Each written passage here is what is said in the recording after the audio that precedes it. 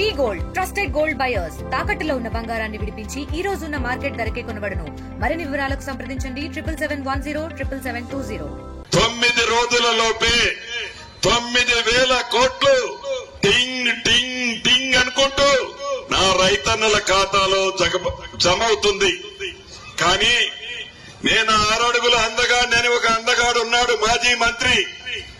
నిన్న ఒక దగ్గర ఒక ధర్నా చేస్తూ ఫ్లెక్సీలు పెట్టుకొని ప్లేకార్డులు పెట్టుకొని రప్ప రప్ప రప్పట. ఏంటి రప్ప రప్ప రప్ప? దేనికి రప్ప రప్ప రప్ప?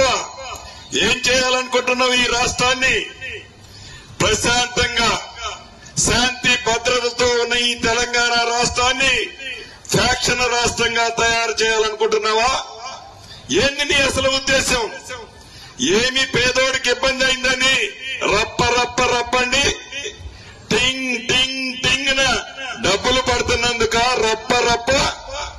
కాబట్టి శాంతి భద్రతలను కాపాడే దాంట్లో ఈ ప్రభుత్వానికి చిత్తశుద్ధి ఉంది. ఎవరైనా శాంతి భద్రతల విఘాతం కలిగిస్తే ప్రజలే వాళ్ళకి బుద్ధి చెప్తారు. గతంలో చెప్పారు, మళ్లీ చెప్తారు. మనసుంటే మార్గం ఉంది. పేదోడే ఈ ప్రభుత్వానికి ముఖ్యం కాబట్టి తల తాకట్టు పెట్టైనా ఇల్లు కట్టిస్తామని ఇల్లు రాని ఆడబిడ్డలెవరు నిరుత్సాహపడాల్సిన అవసరం లేదు. మీరు అర్హులై ఉంటే ఈ ప్రభుత్వంలో తప్పకుండా ఇందిరమ్మ ఇల్లు మీకు వస్తుంది.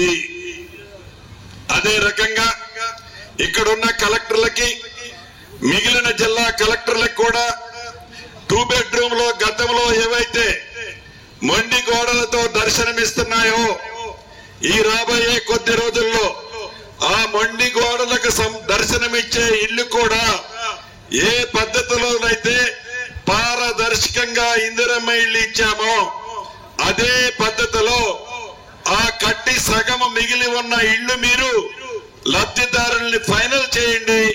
దానికి బ్యాలెన్స్ అమౌంట్ కూడా ప్రభుత్వ పక్షాన రిలీజ్ చేస్తామని కూడా ఈ వేదిక ద్వారా ఈ నగరకల్లు నియోజకవర్గానికే కాకుండా రాష్ట్ర వ్యాప్తంగా ఉన్న ప్రజలకి ప్రభుత్వ పక్షాన తెలియజేస్తున్నాను. అంతేకాదు, భూభారతి ఆనాటి ధరణి గురించి అనేక వేదికలు రాష్ట్ర వ్యాప్తంగా తిరిగాను. న్యాయం చేయండి అయ్యా అంది. గౌరవ ఎమ్మెల్యే గారు అందరం ఆల్రెడీ ఫౌండేషన్ తీశాం. 200 పైగా ఆ ఊర్లో ఆనాటి ప్రభుత్వుడి నిర్వాహకం వల్ల ఏవైతే ఇబ్బంది పడ్డారో వాళ్ళందరికీ ఇల్లిచ్చి యుద్ధ ప్రాతిపదిక మీద రాబోయే 3 నెలల్లో ఆ ఇల్లుని కంప్లీట్ చేసే విధంగా ప్రభుత్వం చర్యలు చేపట్టింది.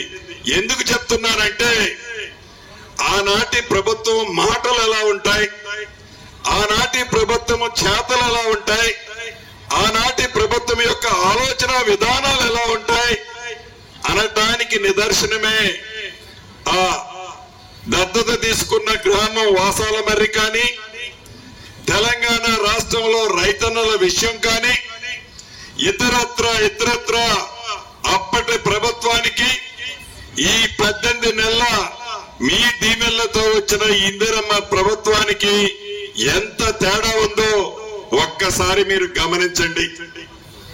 ఆనాటి ప్రభుత్వం అంతా సోకులు, మాది ధనిక తెలంగాణ రాష్ట్రం, మాయ మాటలు చెప్పటం, ఎక్కడికి పోయినా వరాలు ఇయటం, చివరిగా అక్కడి దాకా ఎందుకు మనకున్న పెద్ద టెంపుల్లో రాములూరి టెంపుల్, భద్రాచలం టెంపుల్ నా జిల్లాలో ఉంటుంది. అది ఆడికి రాములూరి సాక్షిగా 10 సంవత్సరాల్లో ఒక్కసారి వచ్చిండు కళ్యాణానికి ముఖ్యమంత్రి.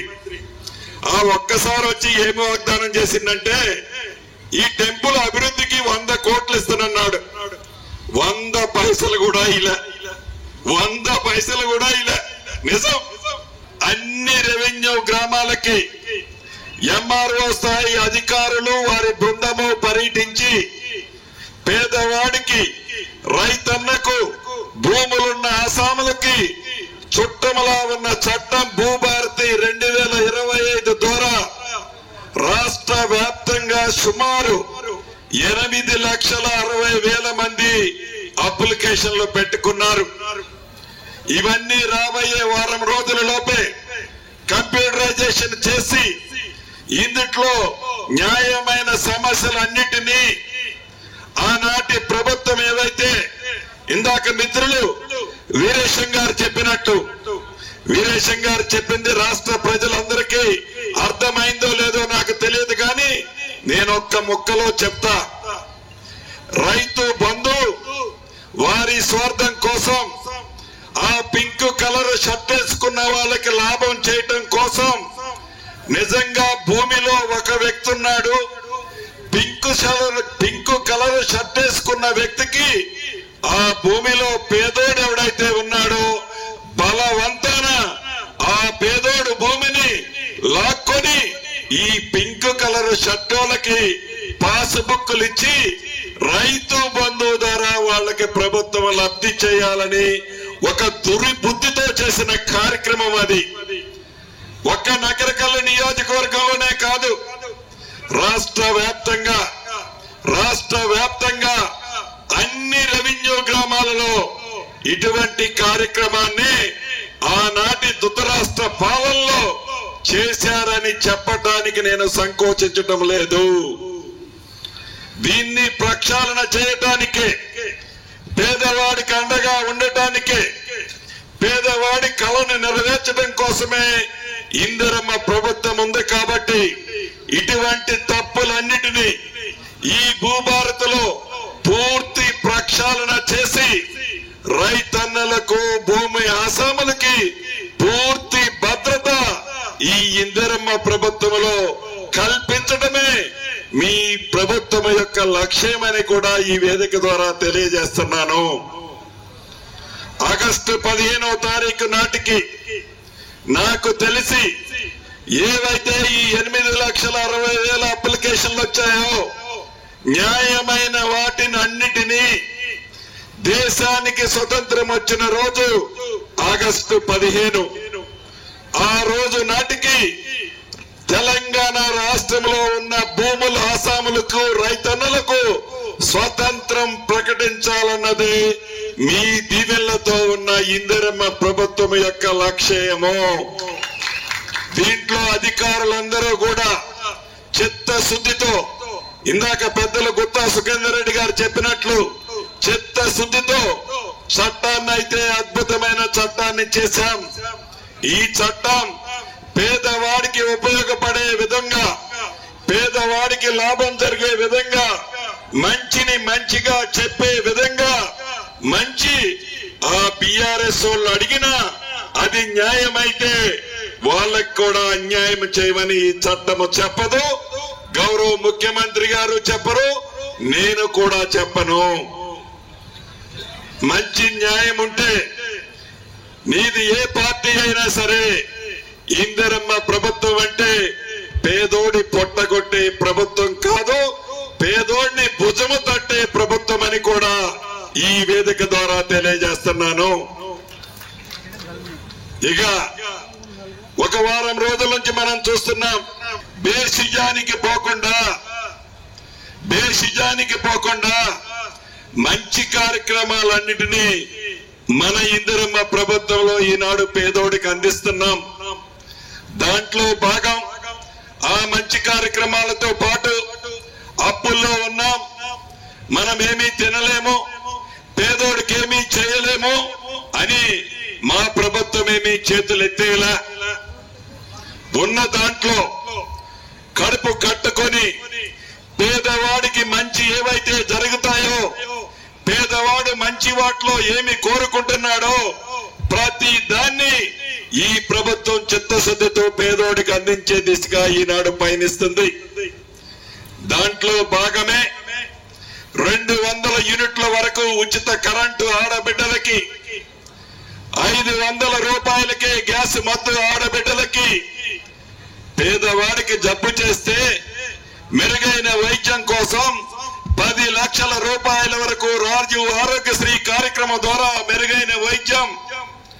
మొన్న ఉగాది నుంచి సన్న బియ్యం దేశ చరిత్రలో ఏ రాష్ట్ర ప్రభుత్వము ఇవ్వని విధంగా ఒక్క సంవత్సరంలోనే 60,000 ఉద్యోగాలు నా నిరుద్యోగ తమ్ముళ్ళకి, ఇందిరమ్మ ఇల్లు, భూభారతి, అదే రకంగా టింగ్ టింగ్ టింగ్ అనుకుంటూ 3 రోజుల నుంచి మీ అందరికీ జమ అవుతుంది రైతు భరోసా.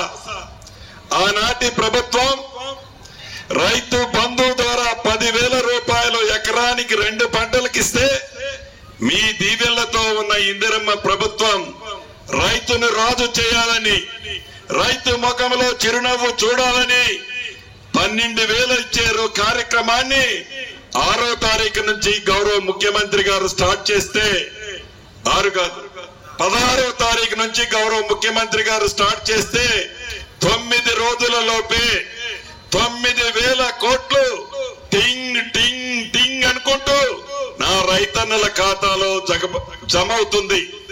కానీ నేను 6 అడుగుల అందగాడిని, ఒక అందగాడు ఉన్నాడు మాజీ మంత్రి. నిన్న ఒక దగ్గర ఒక ధర్నా చేస్తూ ఫ్లెక్సీలు పెట్టుకొని, ప్లే కార్డులు పెట్టుకొని రప్ప రప్ప రప్పట. ఏంటి రప్ప రప్ప రప్ప? దేనికి రప్ప రప్ప రప్ప? ఏం చేయాలనుకుంటున్నావు? ఈ రాష్ట్రాన్ని ప్రశాంతంగా శాంతి భద్రతతో ఉన్న ఈ తెలంగాణ రాష్ట్రాన్ని ఫ్యాక్షన్ రాష్ట్రంగా తయారు చేయాలనుకుంటున్నావా? ఏంటి నీ అసలు ఉద్దేశం? ఏమి పేదోడికి ఇబ్బంది అయిందని రప్ప రప్ప రప్పండి? టింగ్ టింగ్ టింగ్ న డబ్బులు పడుతున్నందుక రప్ప రప్ప? కాబట్టి శాంతి భద్రతలను కాపాడే దాంట్లో ఈ ప్రభుత్వానికి చిత్తశుద్ధి ఉంది. ఎవరైనా శాంతి భద్రతల విఘాతం కలిగిస్తే ప్రజలే వాళ్ళకి బుద్ధి చెప్తారు. గతంలో చెప్పారు, మళ్ళీ చెప్తారు. అంతేకాదు, ఇందాక మా ఇళ్ళన్న చెప్పినట్లు ఆనాడు మాజీ ముఖ్యమంత్రి గారు వాసాల మర్రి వారి ఫామ్ హౌస్ కి పక్కన ఉంటది. వారి ఫామ్ హౌస్ కి 4 లైన్ రోడ్ వేయటం కోసం నేను ముఖ్యమంత్రిని, మీ గ్రామాన్ని దత్తత తీసుకుంటున్నా, అడ్డం వచ్చే ఇళ్ళన్నీ కూడా మంచి భవంతులు కడతానని నమ్మబలికి ఆ రోడ్డుకి అడ్డం వచ్చే ఇళ్ళన్నీ పడగొట్టి ప్రభుత్వ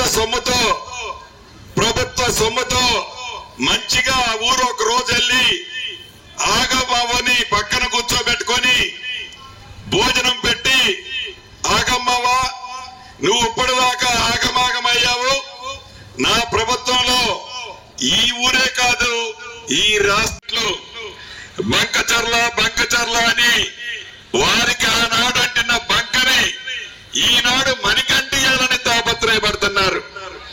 అసలు బంకచర్ల అనే అంశం గోదావరి నీరు పెన్నా బేసిన్కి తీసుకుపోవాలనే అంశం ఎప్పుడు మొదలైందయ్యా? ఈ అంశం ఎప్పుడు మొదలైంది? నువ్వు మాయ మాటలు చెప్పి ఇచ్చిన కాంగ్రెస్ పార్టీని కాదని నీ మోసపూరితమైన మాటలు తెలంగాణ బిడ్డల నమ్మి నిన్ను అధికారంలోకి తీసుకొచ్చినప్పుడు 2016లో ఆనాటి ఆంధ్రప్రదేశ్ ముఖ్యమంత్రి గారు గోదావరి నీటిని పెన్నా బేసిన్ కి తీసుకుపోయే అంశంలో 400 టీఎంసీలకి ఆనాటి ప్రభుత్వం జీవో ఇచ్చింది. జీవో ఇవ్వటమే కాక దానికి అనేక ప్రణాళికలు చేసుకొని ఎస్టిమేట్లు కూడా శాంక్షన్ చేసింది. ఆనాటి ప్రభుత్వం ఎవరిదండి? ఆనాటి ముఖ్యమంత్రి ఎవరండి? ఆనాటి నీటిపారుదల శాఖ మంత్రి ఎవరండి? గుడ్డి గుర్రాలు పొల్లుతోనారా ఆనాడు? మీరు మంత్రిగా ఉన్నప్పుడు, మీరు ముఖ్యమంత్రిగా ఉన్నప్పుడు 2016 నుంచి 2023 వరకు 7 సంవత్సరాలు మీరు ఎలగబెడతారు కదా. ఏనాడైనా ఆ 400 టీఎంసీని గురించి కేంద్ర ప్రభుత్వంలో కానీ, కోర్టులలో కానీ, ఏ ఫోరం మీదలో కానీ తెలంగాణ పక్షాన నోరు ఇప్పాలి అనే జ్ఞానం జ్ఞానం మీకుందా? ఆనాడు మర్చిపోయి పదవి దిగిన తర్వాత తెలంగాణ ప్రజలన్నా రైతులన్నా గోదావరి నీటి గురించి బంకచర్ల గురించి ఈ ప్రభుత్వాన్ని తప్పుపడుతున్నావా? ఆనాడిచ్చిన జీవో గురించి మీరేం చర్చించారు? అసలు దాన్ని మర్చిపోయి ఈ ప్రభుత్వాన్ని విమర్శించడం గౌరవ ముఖ్యమంత్రి గారిని కానీ నీటిపారుదల శాఖ మంత్రి గారిని అధికారులను కానీ మీ తప్పిదాలను దాచిపెట్టుకోవటం కోసం మీ కాళేశ్వరం అనే స్కాము రోజు రోజుకి బలపడుతుంది అని దాన్ని వక్ర మార్గంలోకి తీసుకెళ్లటం కోసం మీ స్కిన్ మీరు కాపాడటం కోసం మీరు ఆడుతున్న డ్రామా అని తెలంగాణ ప్రజలు గ్రహించడం లేదనుకోవటం మీ అవివేకం. అంతేకాదు అయ్యా మాజీ ముఖ్యమంత్రి గారు, అయ్యా మాజీ నీటిపారుదల శాఖ మంత్రి గారు, ఏం కమిషన్ మిమ్మల్ని పిలిస్తే మీరేమన్నా పైనుంచి దిగొచ్చిన దేవుళ్ళ? తప్పు చేశారు కాబట్టి తప్పు రుజువు కాబోతుంది కాబట్టి భుజాలు తడుముకుంటున్నారు. గుమ్మడికాయల దొంగ ఎవరంటే భుజాలు తడుముకున్నట్టు భుజాలు తడుముకుంటున్నారు. తప్పు ముమ్మాటిగా చేశారు. మీరు నిజంగా నిస్వార్థపరులైతే మీరు ఈ ఉమ్మడి నల్లగొండ జిల్లా మీద ముసలి కన్నీరు ఇప్పుడు కారుస్తున్నారు. ఏదైతే ఆనాడు దివంగత నేత వైఎస్ రాజశేఖర రెడ్డి గారు ఏదైతే సొరంగ మార్గాన్ని ప్రారంభిస్తే జలయజ్ఞంలో భాగంగా గ్రావిటీతో శ్రీశైలం నీరు ఈ పోరాడు ప్రాంతమైన నల్లగొండ ప్రాంతం సస్యశ్యామలం అవే ప్రాజెక్టుని ఏనాడైనా మీ 10 సంవత్సరాలలో ఆనాటి తెలంగాణ రాష్ట్రంలో ఆ ప్రాజెక్టుని పూర్తి చేయాలని కనీస ఇంగిత జ్ఞానమైనా మీకు వచ్చిందా? ఇండియా పాకిస్తాన్ ఉద్రిక్తతలపై లేటెస్ట్ అప్డేట్స్ కోసం డౌన్లోడ్ చేసుకోండి RTV లైవ్ యాప్.